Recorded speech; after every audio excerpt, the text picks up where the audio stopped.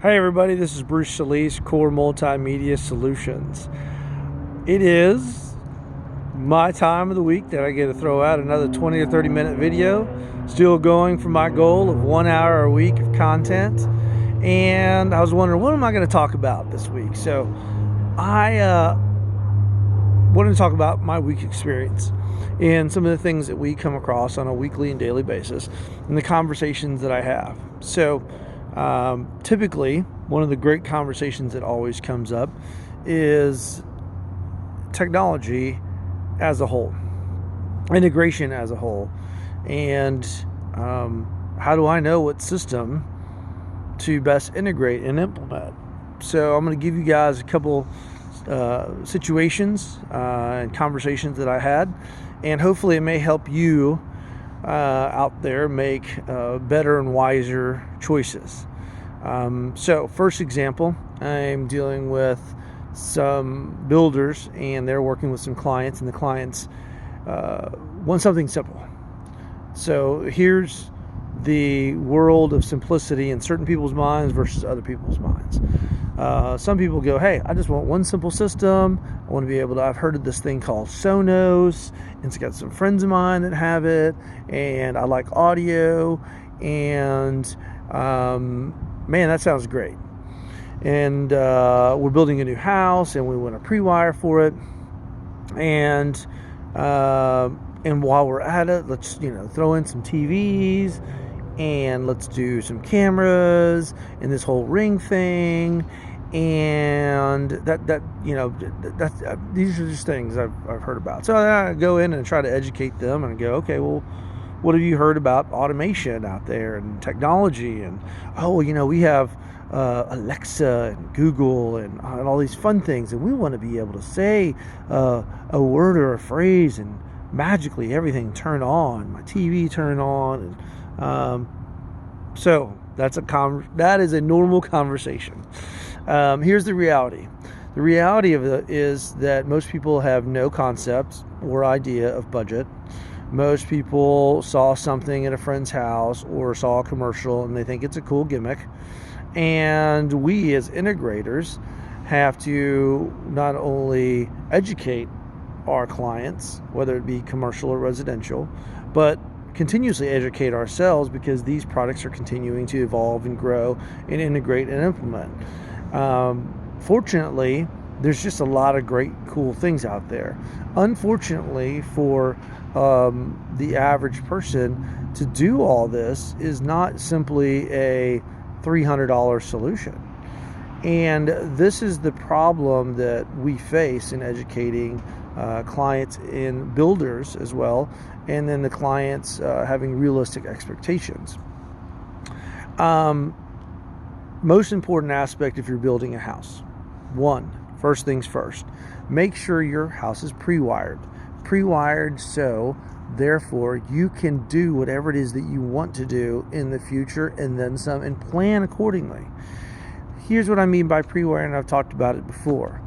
For us that are doing a custom home, we at a minimum or maximum normally will install 3 Cat 6 lines, 1 coax line to every TV location that is in a main sitting area. So, for example, if it's your living room, if it's your master bedroom, your patio outside, we'll run 3 Cat 6 lines and 1 coax line, and at certain points, Smurf tubing to allow us access in the future. And then in the bedrooms, we'll usually install 1 Cat, 1 coax at every potential TV location, which is down below.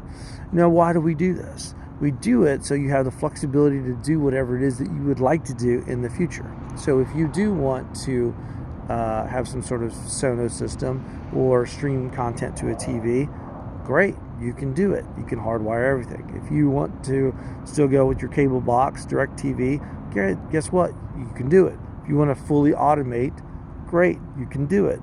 I strongly, highly recommend that you pre-wire wiring to certain speakers throughout your house, and not limit yourself to the quantity of speakers simply because you don't want to pay for it, because it's a lot easier to deal with it now than you will later.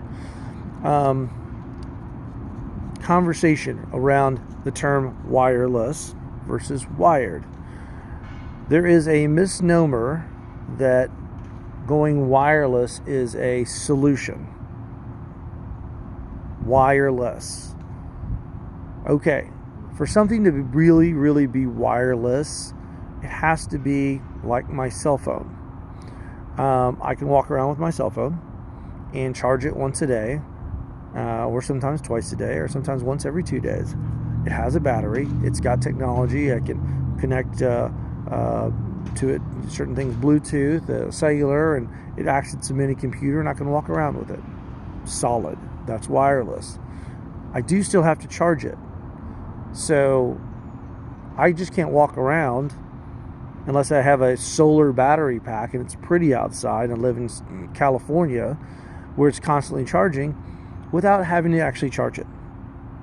So it's wireless, but at some point in time I still have to charge it. So it's wired at some point in time. In your house or in your office, you have to charge things that are within technology reasons. So for example, people say, oh, well, I don't need to wire my house because everything is wireless nowadays. Maybe. A Ring camera may be wireless that has a battery inside of it, but do you really want to change your battery out every 3 to 6 months? Maybe you do. Maybe you don't. I highly recommend you don't, because it's a pain. And you got one camera and you got 10 cameras. Nobody wants to change out 10 cameras batteries every 3 to 6 months. So therefore, you hardwire it so you get electrical to it. Then now it is hardwired and it's constantly getting electrical to it. Same way with, say, Sonos speakers. Sonos, do you really, really, really want a wireless solution where you're just walking around? No, you have to physically plug it into an outlet somewhere. Now, we run electrical power to a Sonos One or a Sonos type product, so therefore it's up in the corner, it's mounted, it's nice and neat and clean. You're constantly getting hardwire electrical to it, and it works off of the Wi-Fi network. Now, Sonos is a little bit different because it's working off its own mesh network and the internet. Still better to hardwire it via the Ethernet. So you got two wires. You got one that is the electrical, two that is your internet Ethernet line that's being plugged directly into that piece of equipment, because you don't want it just to be using your Wi-Fi content. It slows down, it clouds it up. It's basically you're having, it's like a balloon. Eventually you have enough air in that balloon, it's going to pop. So you're trying to have it so it's nice, a pretty balloon. So every single time you add a device to your Wi-Fi infrastructure, it's slowing it down. It's putting a lot of pressure on it. It's clogging it up. And therefore people go, oh, well, my internet sucks. Well, my Wi-Fi sucks. Well, it could be a handful of reasons, but maybe you just have too many things on your Wi-Fi network. So therefore, plugging an internet line directly to your equipment, plugging it into directly into your router or into a switch, helps not only stream that, helps the efficiency of everything, it also helps with that problem child of things being overloaded. Constant education. Most people don't understand the difference between Wi-Fi signaling, Wi-Fi signal strength, and Ethernet. So I'll explain. Ethernet is, let's just say I have my laptop and I plug it into a router and I do a speed test. Now that speed test gives me 100 up and 10 down. Okay? And that's what I'm paying for. Now, I might walk 15 feet away from that and still get maybe 85, 80, 90 up and maybe 9 down. I walk 200 yards away from that and now I'm not getting anything. I can't even find the signal on Wi-Fi. However, if there's a plug-in port on the wall, I can literally plug my Ethernet cable into the wall, plug it into my computer, and guess what? I'm getting that good signaling as long as the wires are good within the physical wall, or it's being connected by fiber. Okay, that's a whole different animal on conversations. So I got two issues. One is Wi-Fi signal strength. Wi-Fi is speed, as far as speed and strength. So the further away you get away from your router, if you're trying to connect via Wi-Fi, the weaker it is that your signal strength is, and thus starting more problems. Or if I'm right next to it and I have 22 devices all connected to my Wi-Fi, I'm slowing it down. It's basically bottlenecking. It's like a traffic. It's killing the signal strength and the speed. So you may, well, not the strength. It's killing the speed. Okay.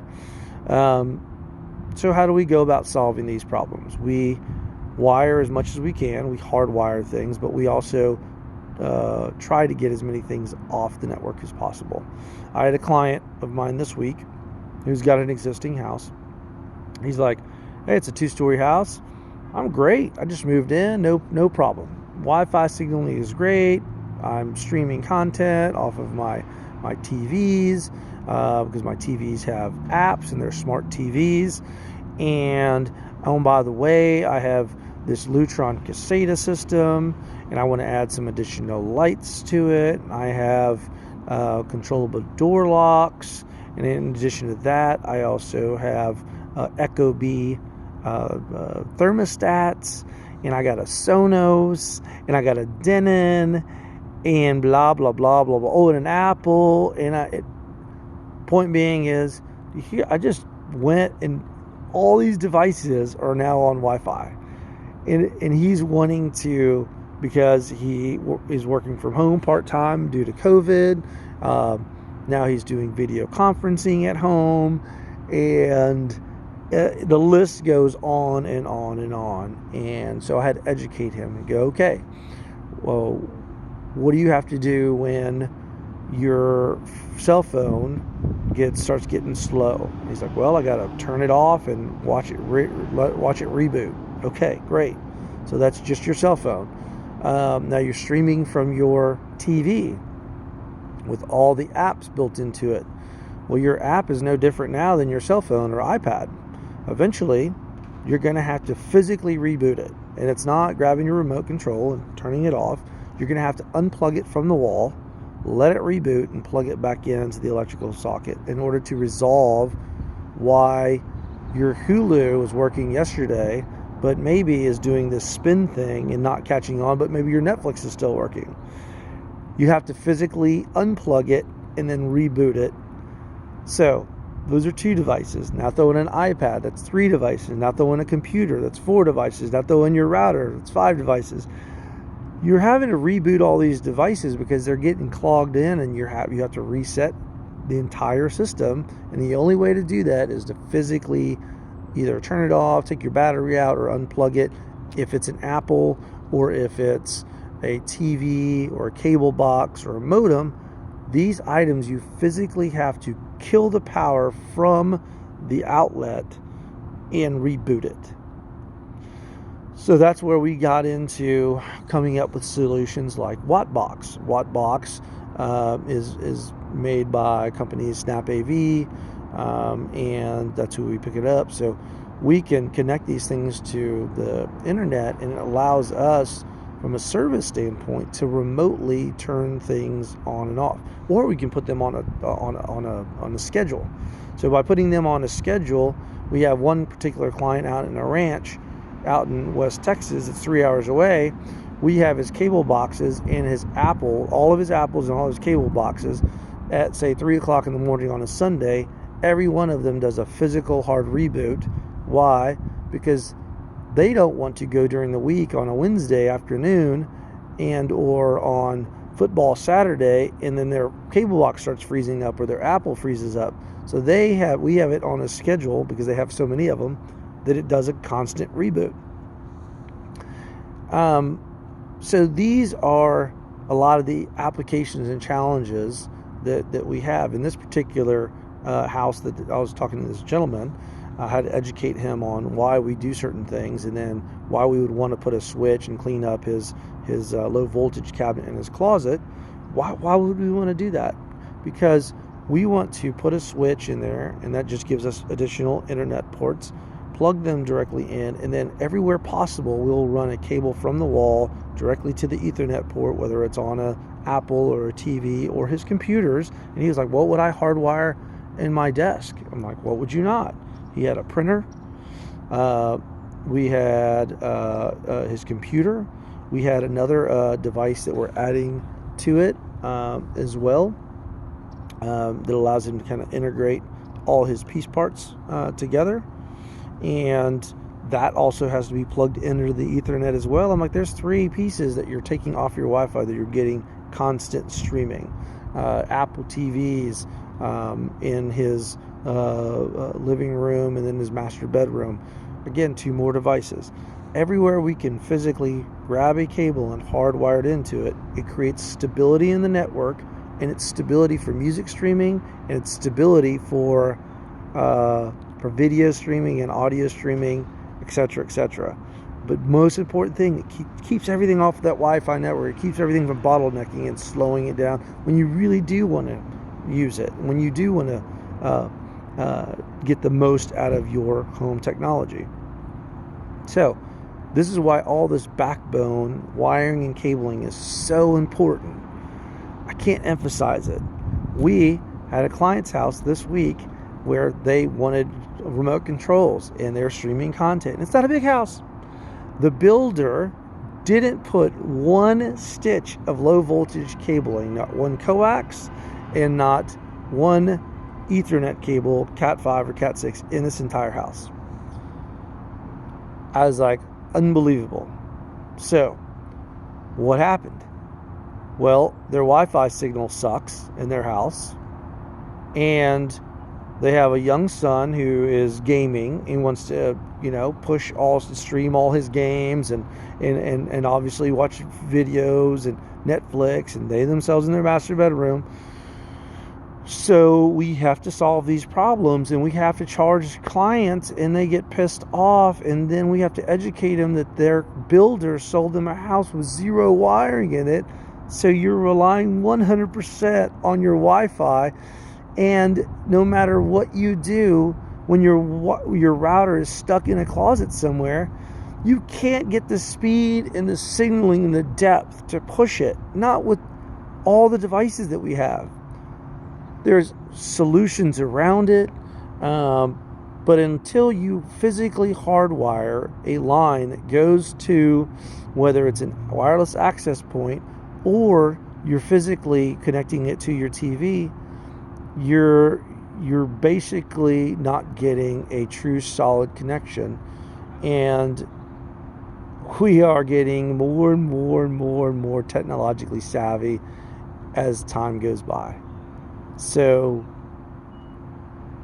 what do you think? You think it's going to get easier on your devices? It's going to get more crazy. They're going to have greater bandwidth requirements. We're going to have bigger issues than we already do have.